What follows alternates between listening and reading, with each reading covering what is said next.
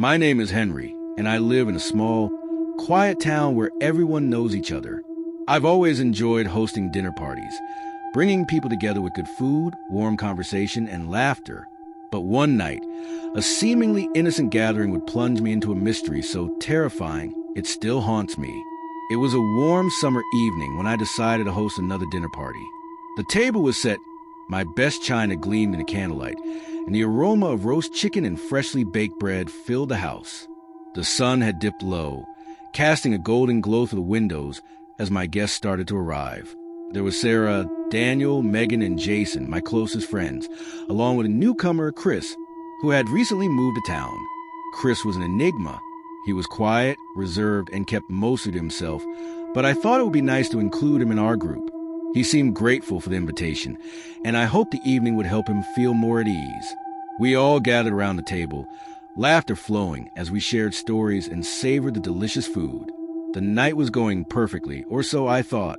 But as the evening went on, something started to shift. Chris grew more and more distant. He barely spoke, his eyes avoided ours, and his posture stiffened with every passing minute. At first, I attributed it to his shy nature, but then his discomfort became palpable. His fingers twitched on the table. His foot tapped rapidly against the floor, and he kept glancing at the door like he was preparing to leave. Eventually, he stood up abruptly, muttering something about needing to go.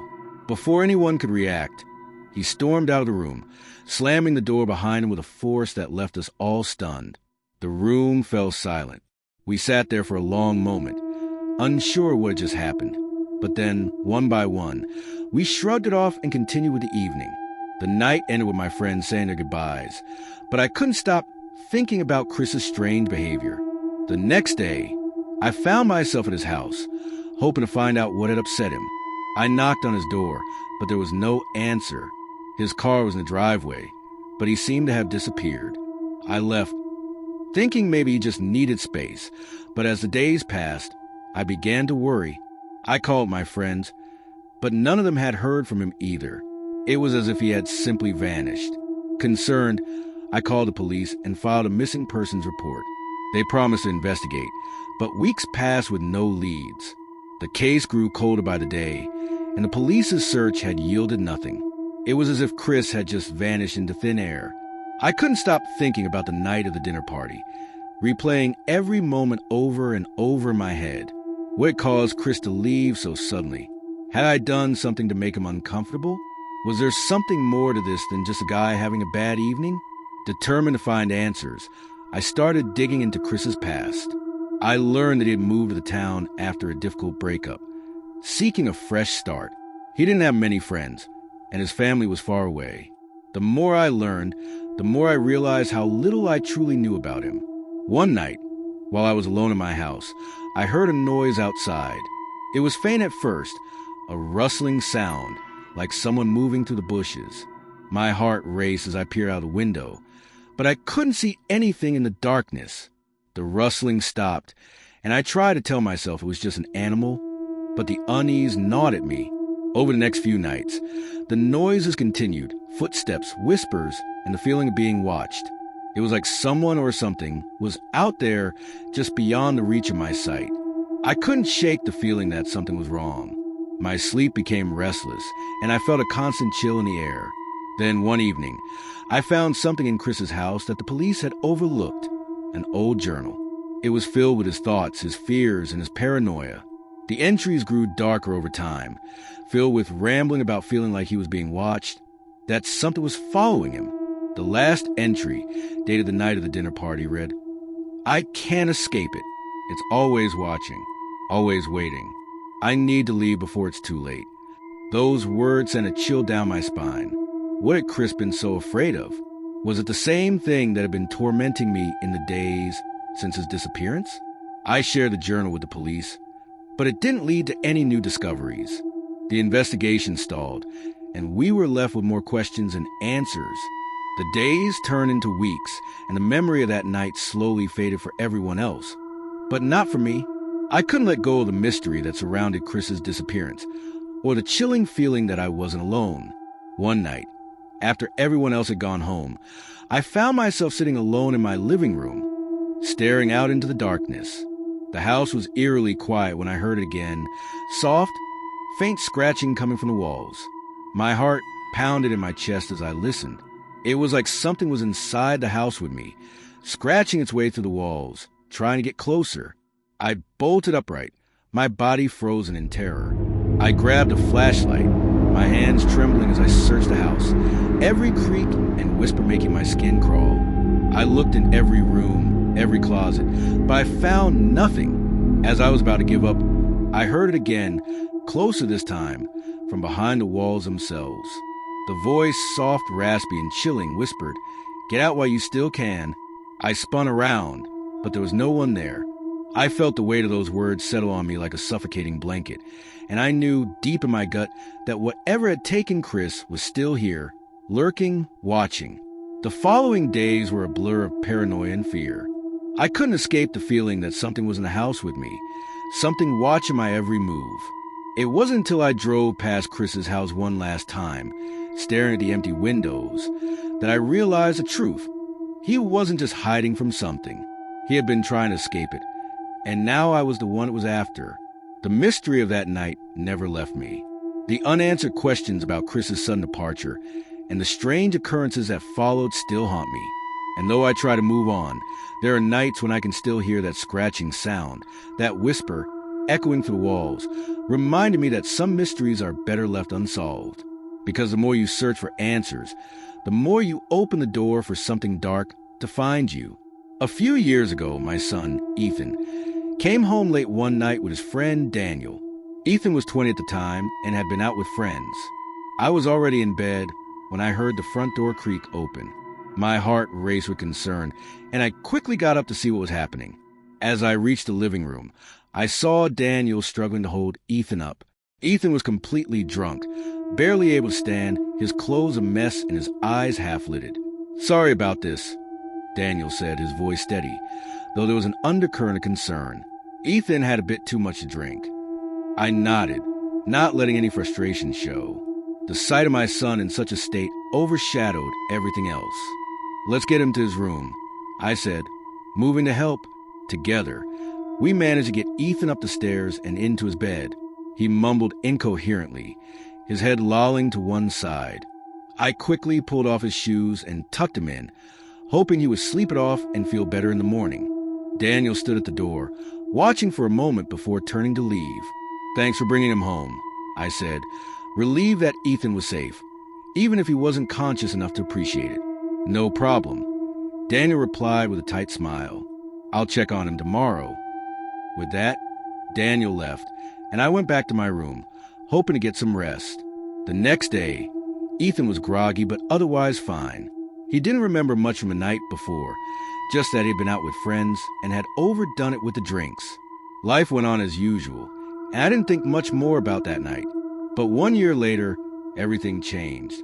It was an ordinary evening when I was sitting on the couch, flipping through the news. Suddenly, a breaking story caught my attention, and my stomach dropped. A reporter was standing outside a hotel, detailing a horrific crime that had just occurred. A young man was found dead in his hotel room earlier today, the reporter announced. The victim, whose name has not yet been released, was reportedly checked into the hotel by a friend the previous night. Police are now searching for the friend, who is considered a suspect. My heart skipped a beat. Something about this story felt disturbingly familiar. I watched in horror as the reporter continued, describing the events surrounding the death.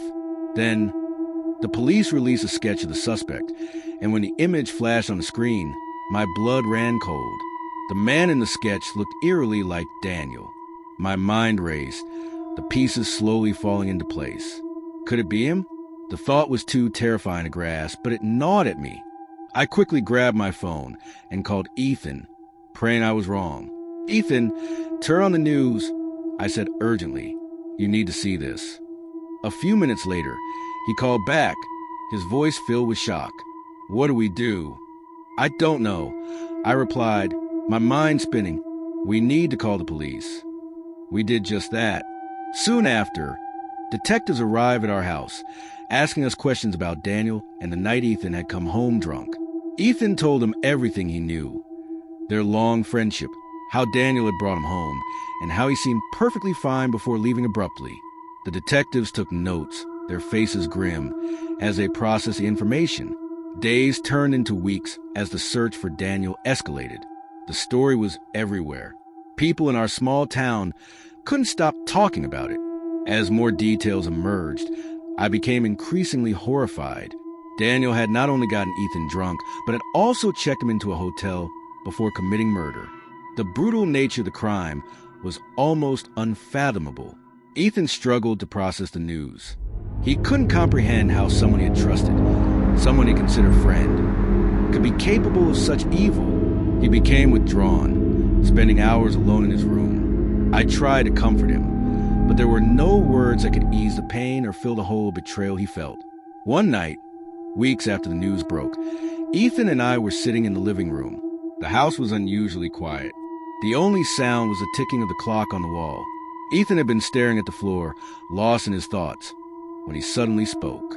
"Mom," he said, his voice barely a whisper, "do you think I could have been next?" His words hung in the air, heavy with fear. I froze. The thought had crossed my mind too many times, but I had pushed it away. I didn't know how to answer. "I don't know, Ethan," I said softly, "but you're safe now, and that's what matters." The police eventually found Daniel, hiding in a rundown motel in a neighboring state. His capture brought some relief, but the emotional scars he left behind were deep.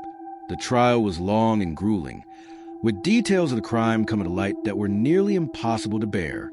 In the end, Daniel was convicted and sentenced to life in prison, but for Ethan and me, life would never be the same. The fear and betrayal lingered, casting a shadow over our days. Ethan tried to rebuild his life, but there were moments when I could still see the pain in his eyes, a constant reminder of the nightmare we had lived through. Years have passed, but the memories of that night never fully faded. Ethan has tried to move on, but sometimes we still talk about it. The night Daniel brought him home, the night everything changed. The unanswered questions still hang over us, like a ghost that refuses to leave. And though we try to move forward, we know that the darkness of that time is never truly behind us. It's something that will always be a part of us. That night, that dinner party, was the beginning of something that would haunt us forever, a reminder that sometimes the people we trust the most are the ones who carry the darkest secrets. And no matter how much time passes, the shadows of the past never truly disappear. The abandoned house. Last October, my friends and I were craving an adventure, so we decided to take a spontaneous night drive. We were bored and thought a little thrill might shake things up. The night was cold and crisp, and the moonlight made the empty road seem even more mysterious. There were 4 of us in the car, me, Claire, Ryan, and Mike. We drove aimlessly, chatting and laughing, until someone brought up ghost stories. That's when Ryan mentioned the old abandoned house at the edge of town. "We should go there," he suggested with a mischievous grin. The idea was both thrilling and terrifying. We all agreed, and Mike, who was driving, turned the car toward the house. The road soon became narrower, with tall trees looming on either side like twisted, gnarled hands reaching out to grab us. We finally reached the house. It was a long, gravel driveway that led to an eerie old building. Surrounded by overgrown bushes and tall grass, the house stood like a decaying monument to something forgotten. The broken windows, sagging roof, and peeling paint made it look like it hadn't been lived in for decades. The car's headlights cast long, eerie shadows, making the place even more ominous. We parked a little down the road, not wanting to attract attention. As we walked toward the house, the air turned noticeably colder. I could hear the gravel crunching beneath our feet, and my heartbeat quickened. We reached the front door, which was hanging off its hinges. With a creak, Ryan pushed it open and we stepped inside. The air was thick with dust, musty and stale. Moonlight filtered through the broken windows, casting long shadows across the floor. The house was deathly silent, except for the occasional creak of the floorboards under our weight. We split up to explore. Claire and I decided to go upstairs, while Ryan and Mike stayed on the ground floor. The stairs groaned beneath us as we climbed, each step echoing in the vast emptiness of the house. Upstairs, the rooms were filled with old furniture, covered in white sheets and broken picture frames, all tangled with cobwebs. The air felt suffocating, like the house was holding its breath, waiting for something. We moved from room to room, our flashlights cutting through the thick darkness. In one room, I found an old, dusty diary sitting on a table. I picked it up, opened it, but the pages were too faded to make out any words. Before I could put it down, we heard a loud crash from downstairs. My heart skipped a beat, and I immediately called out for Ryan and Mike. No answer. Panic gripped me as I motioned for Claire to follow me, and we hurried downstairs. When we reached the living room, it was empty. The front door was now closed, though we hadn't heard it shut. A deep sense of dread washed over me. "Let's find them and get out of here," I said, my voice shaking. We moved through the house, checking each room. The kitchen was empty. The dining room, too. But when we entered the last room, a small storage space at the back of the house, we found Ryan and Mike. They were standing motionless, staring at something on the floor. "What is it?" I asked, my voice barely above a whisper. Ryan's eyes were wide with fear. "Did you open it?" he asked. "No," Claire answered, her voice trembling. "It was already open when we got here." A cold draft came from the trapdoor in the floor, sending a shiver down my spine. The darkness below seemed to swallow the light from our flashlights. Despite every instinct in my body screaming at me to leave, we decided to go down. The narrow wooden ladder creaked as we descended into the basement. It was damp and cold, the air thick with the scent of mildew and rot. The shelves were cluttered with dusty jars and old tools. Then we saw it, a small flickering light in the far corner. We cautiously approached it and found an old lantern hanging from a nail in the wall. The dim glow barely illuminated the room. That's when we heard the footsteps. Footsteps above us. Slow, deliberate, getting closer to the trapdoor. My heart pounded in my chest. We turned off our flashlights, standing motionless, holding our breath, hoping whoever was would leave. But the footsteps grew louder, stopping directly above us. Slowly, the trapdoor began to creak open, and a figure appeared at the top of the ladder, silhouetted against a faint light from the living room. It was a man, tall, thin, with wild hair. His eyes seemed to glow in the dark, and when he climbed down the ladder, we backed away, trying to stay hidden. He moved methodically, as if searching for something or someone. He muttered to himself, words we couldn't understand. I could feel my friends trembling beside me. We needed to get out of there, but the only way was past the man. Suddenly, he stopped, turned his head, and looked directly at us. His eyes locked onto mine, and a cold smile spread across his face.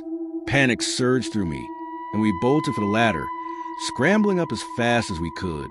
Alex went first, followed by Claire, then me, and finally Mike. As I reached the top, I felt the man grab Mike's ankle, pulling him back down. Mike kicked and struggled, and we all grabbed him, pulling with all our strength. Finally, Mike broke free, and we slammed the trapdoor shut, locking it with a rusty bolt. We didn't stop to catch our breath. We ran out of the house, through the front door, and back to the car. We jumped in, and Alex started the engine. The tires screeched as we sped away, not daring to look back. As we drove away, the house disappeared into the darkness behind us, but the image of that man, his eerie smile burned into my mind. The thrill of the night drive had turned into a nightmare, and we all knew we had found an adventure we would never want to repeat.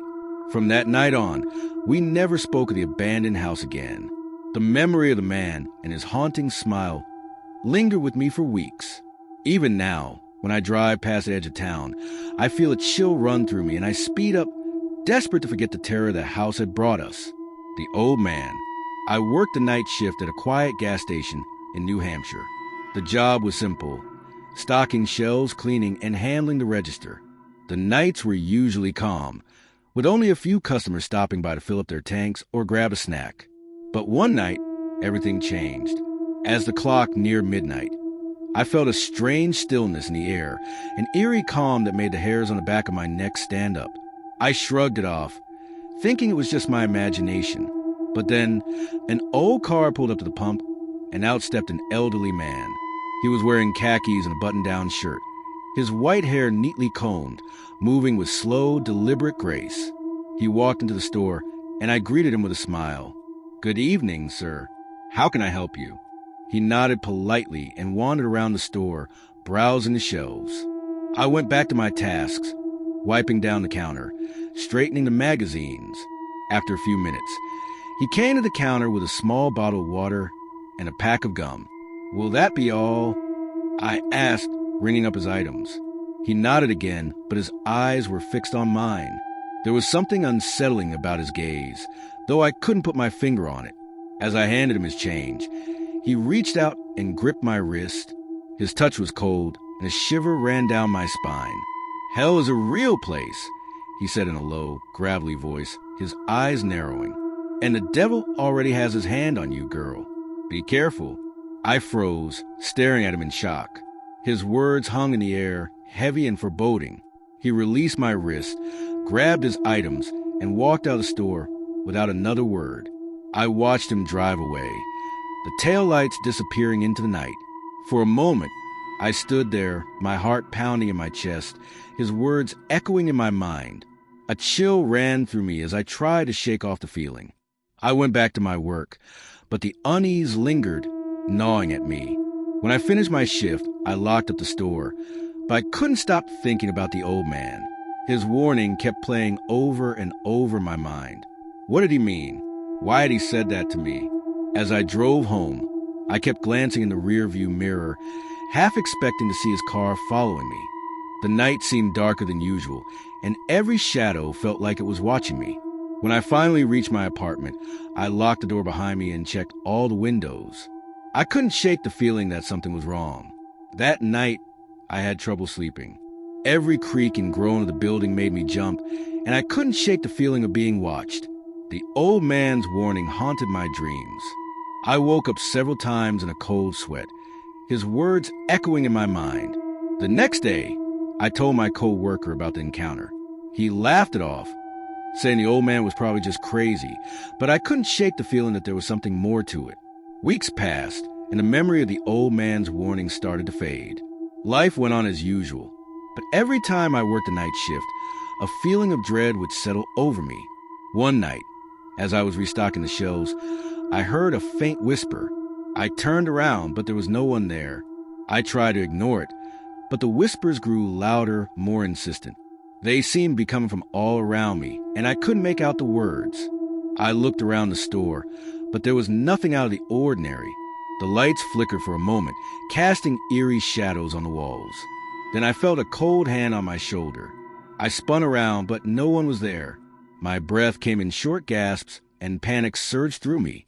The whispers grew louder, filling my ears with their insistent murmur. I ran to the front of the store and grabbed my phone, dialing my co-worker's number. The phone rang and rang, but there was no answer. Just then, the door chime rang, and I turned to see a figure standing in the doorway. It was the old man. His eyes were locked onto mine as he slowly walked toward me. "Hell is a real place," he said, his voice sending chills down my spine. "And the devil already has his hand on you, girl. Be careful." I backed away, my heart pounding in my chest. He reached out, grabbing my wrist with an unyielding grip. "Be careful," he repeated, his voice a whisper. I pulled away, stumbling backward, my mind racing with panic. The old man's eyes seemed to bore into my soul, and I felt a sense of impending doom.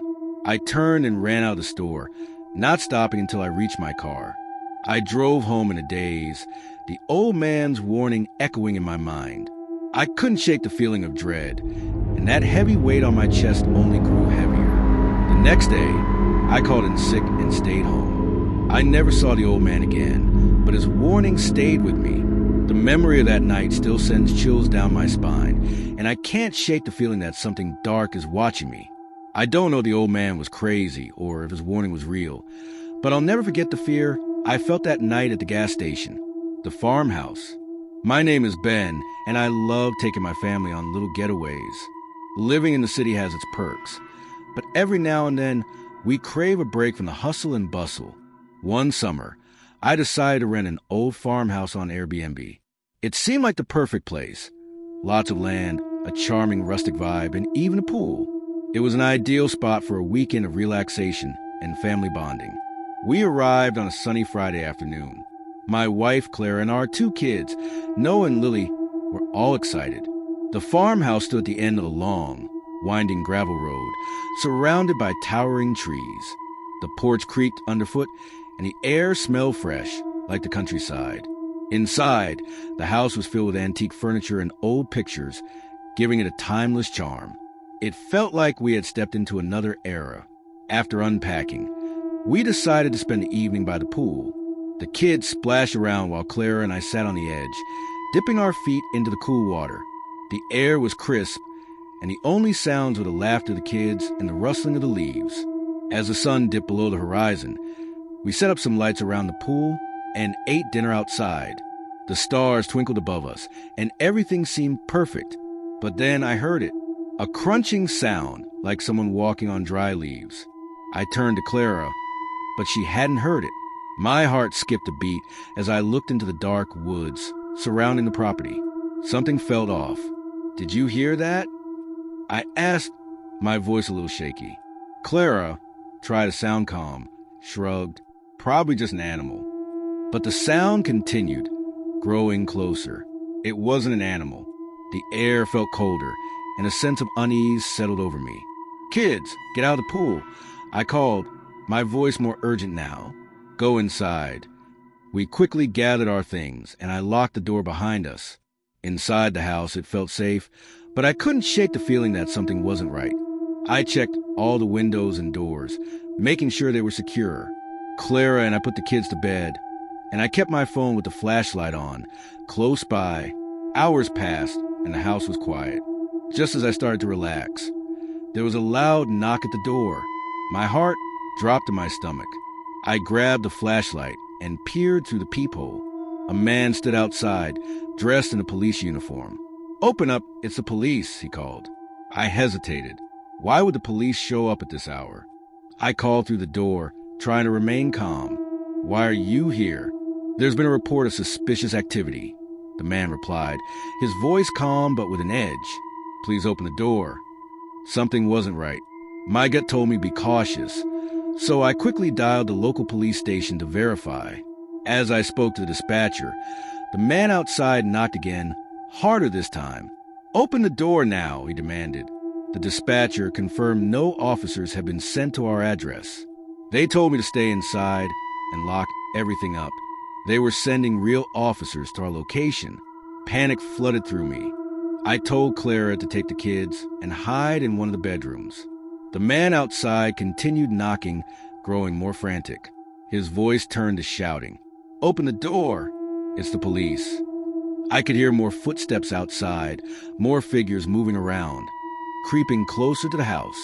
My breath caught in my throat. We needed to get out, but the only way was past the man. My phone buzzed with a message. The real police were almost here. Then, suddenly, the man started banging on the windows, trying to break in. My heart raced as I watched, hoping he wouldn't succeed. Finally, I saw the flashing lights of a police car driving down the long driveway. The figures outside scattered into the woods. Real police officers arrived, checked the area, but found no sign of the imposters. They assured us we were safe, but suggested we find somewhere else to stay for the night. We packed up and left the farmhouse, heading for a nearby hotel. The kids were scared, but safe. Clara and I were shaken, but relieved. As we drove away, I couldn't stop thinking about what could have happened if we had opened that door. The fear and the uncertainty stayed with me, reminding me of how important it is to trust your instincts and always verify before letting anyone in. We never found out who those fake officers were or what they wanted, but I was thankful for the real police who had arrived just in time. That night changed the way I think about safety, and I'm much more cautious now, especially when renting places in unfamiliar areas. What started as a simple family getaway turned into a night of terror, but we were lucky to escape unharmed. The figure in the room.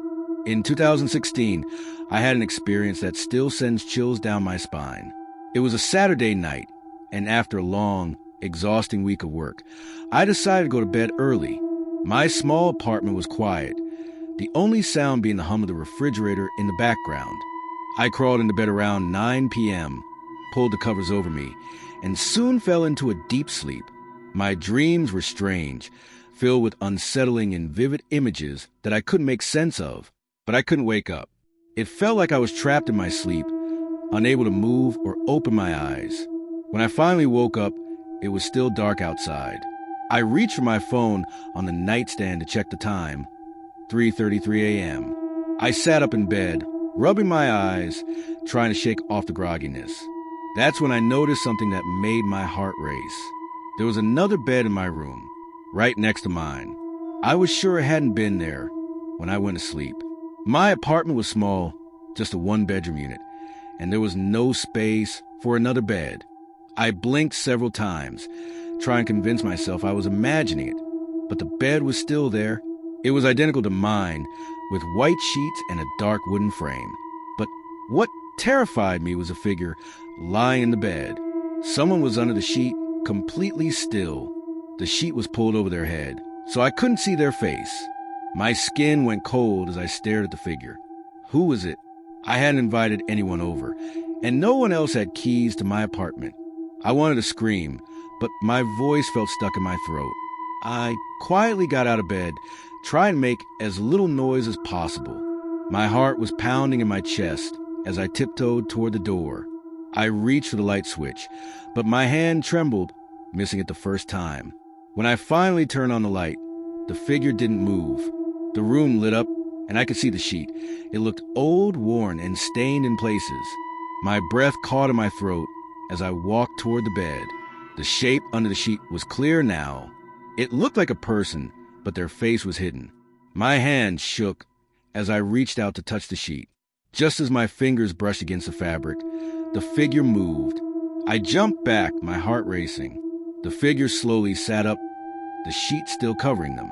Then, the figure turned its head toward me. Even though I couldn't see their eyes, I could feel them on me. I froze. The figure stood up, still wrapped in the sheet. They were tall, taller than anyone I knew. They took a step toward me, and finally, I found my voice. "Who are you?" I whispered. The figure didn't answer.